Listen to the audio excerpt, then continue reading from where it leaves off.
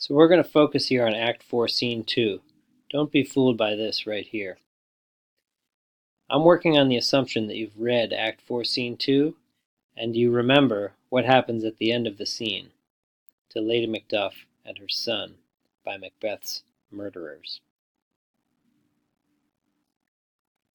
If we go back to the beginning of the scene, Lady Macduff is questioning why her husband has left.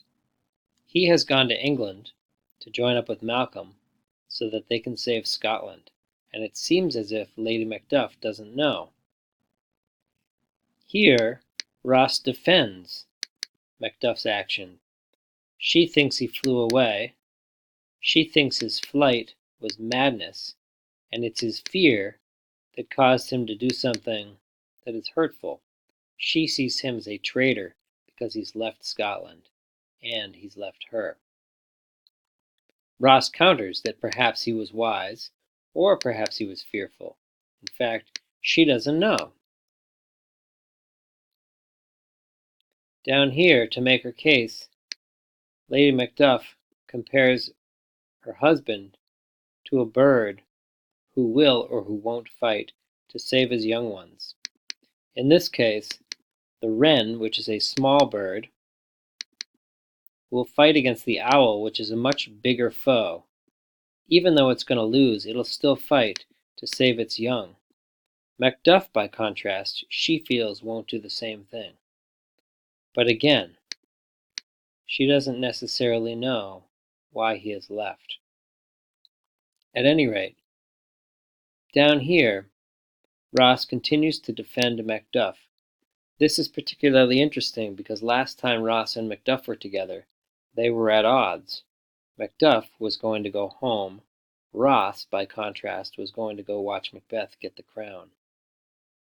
If you pay attention to the pronouns, however, here, Ross is talking about Macduff being noble, wise, judicious, etc. Down here, however, he changes from the he pronoun to the we pronoun, and thus includes himself in the kind of behavior that Macduff has been exhibiting. He doesn't know what he fears. He holds rumors. He floats, Ross floats, and Macduff both float upon a wild and violent sea. This ocean that's wild and violent tosses people left and right, back and forth. At this point, when he's essentially confessing, he stops himself and he says, "I've got to go.